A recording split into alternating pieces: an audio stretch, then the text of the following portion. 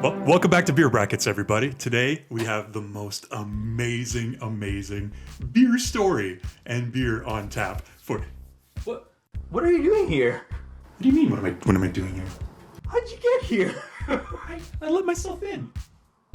That's awesome! What's wrong with that? Look, I got you a beer and everything. That's We're ready to go. awesome, man! I was so Grab a to seat. see you. Come on into the Beer Brackets pub. Your Beer Brackets pub. It feels so cozy in here It does feel now. really cozy. It does. It's so nice in here. We have talked about the Spencer Brewery before. So the Spencer Brewery showed up in our Christmas episode. It showed up in one of our Beer Bracket of the Month episodes. And man, there is such an interesting story and now some lore, some beer lore to this beer. Because the Spencer Brewery started in 2013 all the way till 2022, Alessandro. Last month, it was discontinued. It doesn't exist anymore. Yeah, it's sad. It's pretty sad. Like when we found out recently, apparently the monks decided to stop the production of the beer, and we even tried to get in contact with them to see if we could, talk with them and see what happened and get a little bit of insights from them. But unfortunately, like they've decided to move on to further projects. So it's a little sad, but still we managed to get our hands on this gem. We did. So when they first started off, there's a really interesting story. They were the only American Trappist brewery, and this monastery, the St. Joseph's Monastery, right, started off. They did some other things. They did jams, some confitures in French, and they started brewing beer in 2013. They started researching it a little bit before that, and they went to go consult with the Trappist wizards, my friend, and they gave them three major recommendations.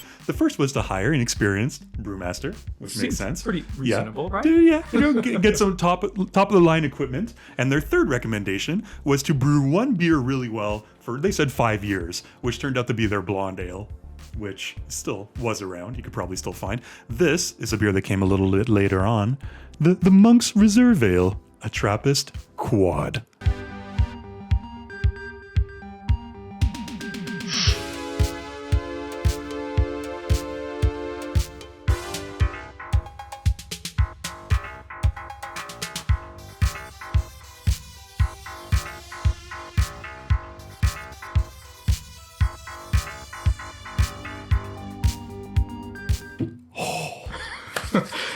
Alessandro, this is a bit of a ghost beer.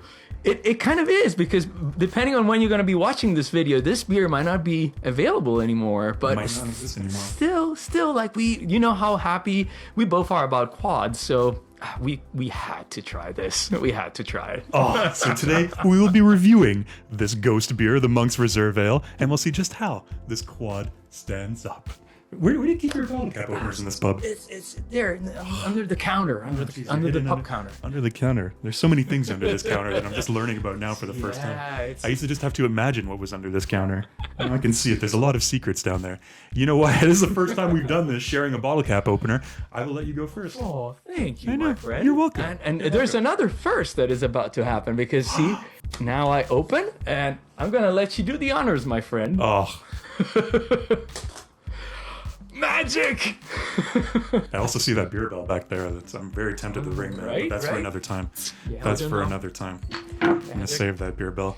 All right, buddy. Let's do this. Let's do it. Woo. Ooh. This smells tasty. Ooh, yeah. All right, buddy. For the first time in person, Aroma cheers. What do you think? Oh wow! Like this has Very fruity. It is very fruity. Very fruity. Has a little bit of that classic like quad, like burnt sugar, caramelized character malts.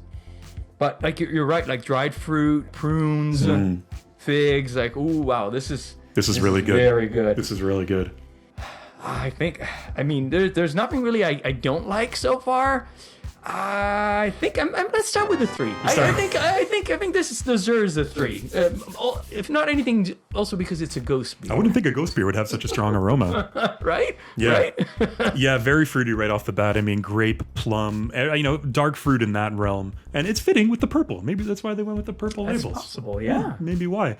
There's a little bit of maltiness in the background, but it's that grape, prune, plum is really, really, really pleasant. And it's, it doesn't need anything else. It doesn't need to be more complex than that. It doesn't need to have a bunch of different things that are all complicating each other and muddling the aroma. It's delicious, man. I agree with you. This is a 3-on-3 aroma to start. Oh, there you go. Oh, Cheers. look at this. Cheers, man. Look at this. It's so awesome happy. to hear the I'm so happy clinking of the with clinking glass. in person. Oh. Wow. Wow. That's different and interesting. That is different. That is different. That's really like, that's a pleasant surprise. It is. Oh, wow. It's going, but it's getting into the finish. Yeah. Well, start. What do you think? I love how you get that. The malt present on the palate for me is a little bit more prominent. Still very strongly dominated by fruit characters. Another thing that I notice is that like it has this like hop presence, a little bit more bitterness than other quads that I've had. Absolutely. And compared to, if I'm thinking about their holiday ale that they also made that I had, it has a little bit of that same hop character. I really like it. I find it very balanced. I find it very complex, and also in a way like light, considering that it's 10%. I know, it's 10.2% ABV. It's It's a dangerous ghost beer. It's like a poltergeist. It is, my friend. That's a great term. This will mess up your house, knock things off the walls. Yeah, we've got to be careful with spirits, you know? We've had like encounters before, so... We have. Go back and watch the Halloween episode. That's a good one. Yeah. I think I'm going to stick with a 3. I think I'm going to stick with a 3 so far, man. Like, I'm really liking this. I'm really liking it. For 10.2% beer, you don't get any alcohol flavorings off it on the taste. Same thing, you get prunes, grape, however you want to, plum, however you want to sort of characterize that. The same thing off the aroma on the taste. A little bit of maltiness. You get a little bit of the hops on the taste, which you don't get on the aroma, which is really nice. And it creates a really balanced profile that's really pleasant. I'm really enjoying this. Am I going to go as high as a 3? I don't think so. I'm sorry, man. I'm gonna have to break the perfect beer. Say it would have been nice to have in our first in-person review, have a perfect beer and be able to ring the beer gong together. But I think I'm going to have to do a 2.5. I think it's really good. It's really good. I would like a little bit more out of the taste. The fact that it's so light is just incredible because it makes it so sessionable for a beer of this alcohol level. And it's really pleasant. I would just like a little bit more out of it, I think. A little bit more bite. But that's understandable. Yeah, 2.5 is still very extremely high score. That's a pretty damn high score. For the first time, we do our beer bracket tradition, Mouthfeel Refresher. Refresh. Refresh. Yeah. Look at that. That carbonation is so lively. Look at that. So lively. Very lively. What do you think?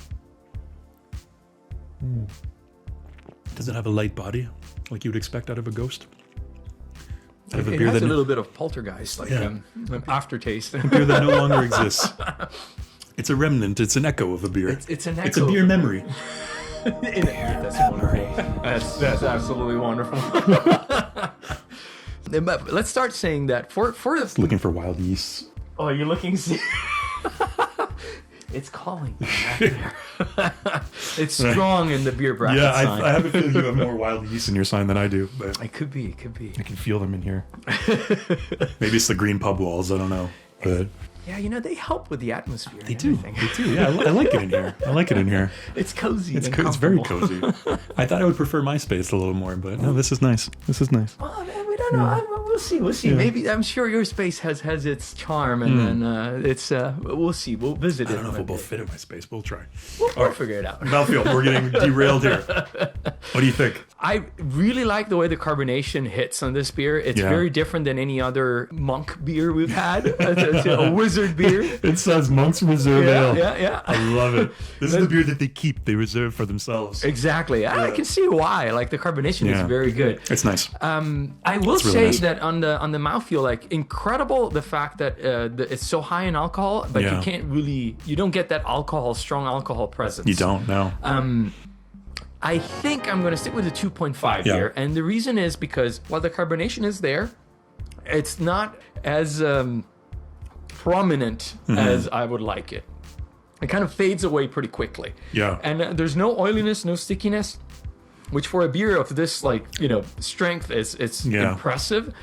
A little bit more carbonation would have binded better, like all the elements. Yeah, I agree with you 100%. I love it. It's so clean. Like you said, no oily stickiness. It's so clean. It's very clean, yeah.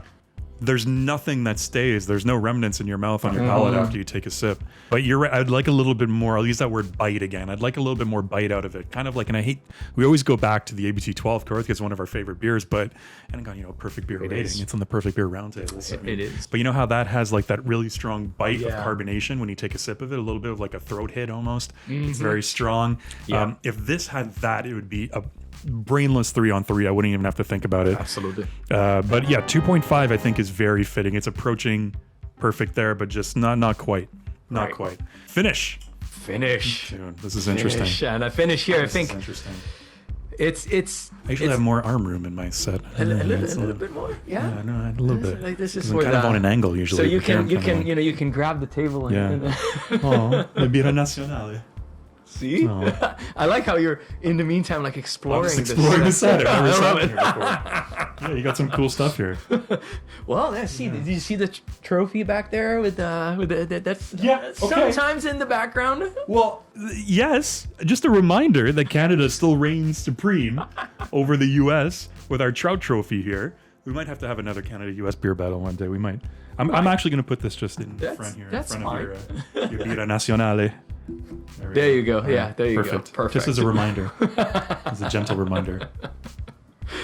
But finish. So finish Yeah. is incredibly complex. I like that the hops are showcasing more compared to other Trappist-like beers, and especially quads. Like I think the bitterness is coming across a little bit more on the finish compared to others, and it might be because of the hops they use, the American varieties that they use, Those American hops. or at least that's what they were using for the holiday ale. I'm assuming they probably use a similar combination, and and it's very pleasant. I like that because it kind of like counterbalances a little bit of the sweetness of the fruits that is does. very prominent in the taste.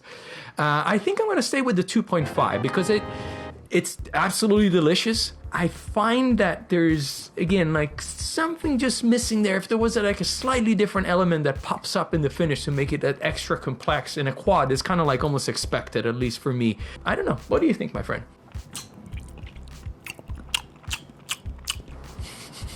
You know what?